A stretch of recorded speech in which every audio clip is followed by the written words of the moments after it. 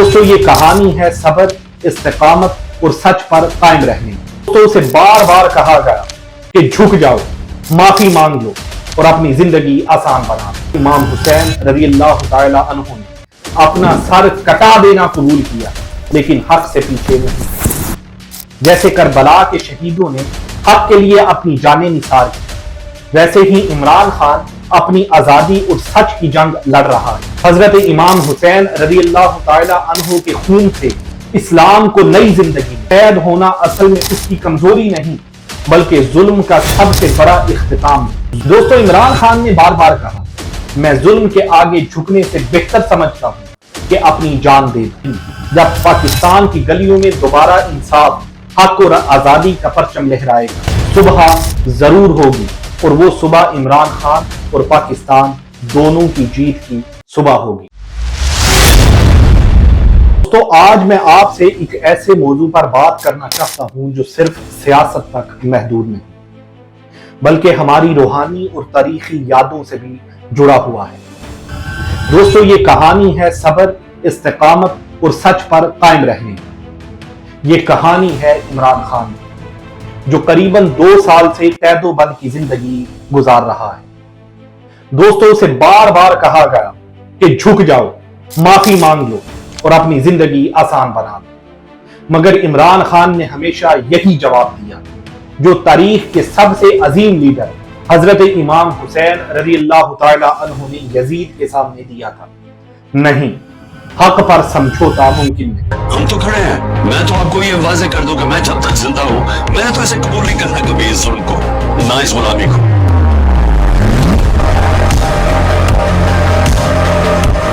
جب تک میرے میں خون ہے میں اپنی قوم کو کسی کے سامنے جھکنے نہیں دوں گا۔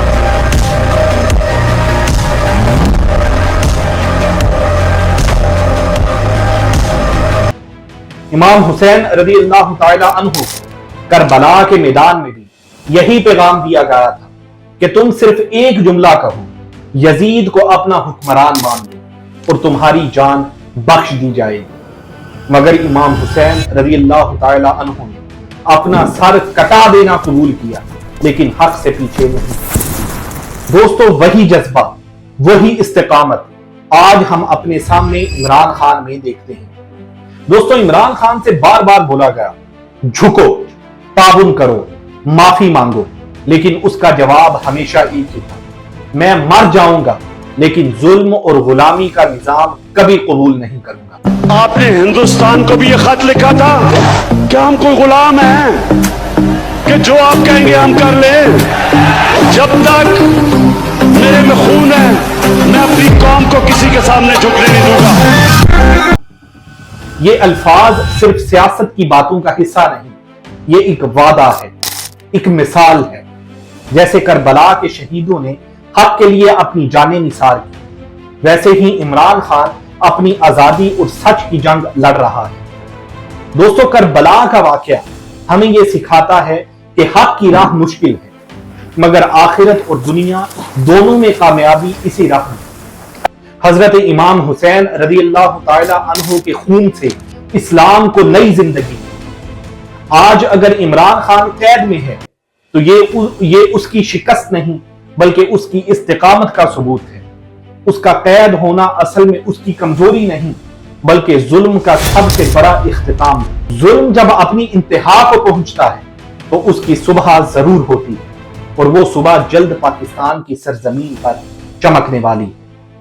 دوستو عمران خان نے بار بار کہا میں ظلم کے آگے جھکنے سے بہتر سمجھتا ہوں کہ اپنی جان دے دوں۔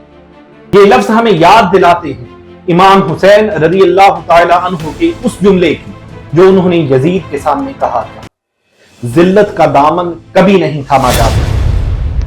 میں کبھی اس ظلم اور اس طاقت کے حکمرانی کے سامنے کبھی نہیں جھکوں گا، اور میں آج آپ سب کو کہتا ہوں آپ نے کبھی نہیں جھکنا، کیونکہ ایک میری بات یاد رکھ لینا، جس دن آپ نے اس ظلم کو قبول کر لیا اور یہ ناانصافی کے نظام کو، ملک نہیں رہے گا۔ کوئی قوم نہیں سروائیو کرتی اس طرح، جس قوم کے اندر اس طرح کا ظلم ہوتا ہے وہ نہیں سروائیو کرتی۔ دوستو عمران خان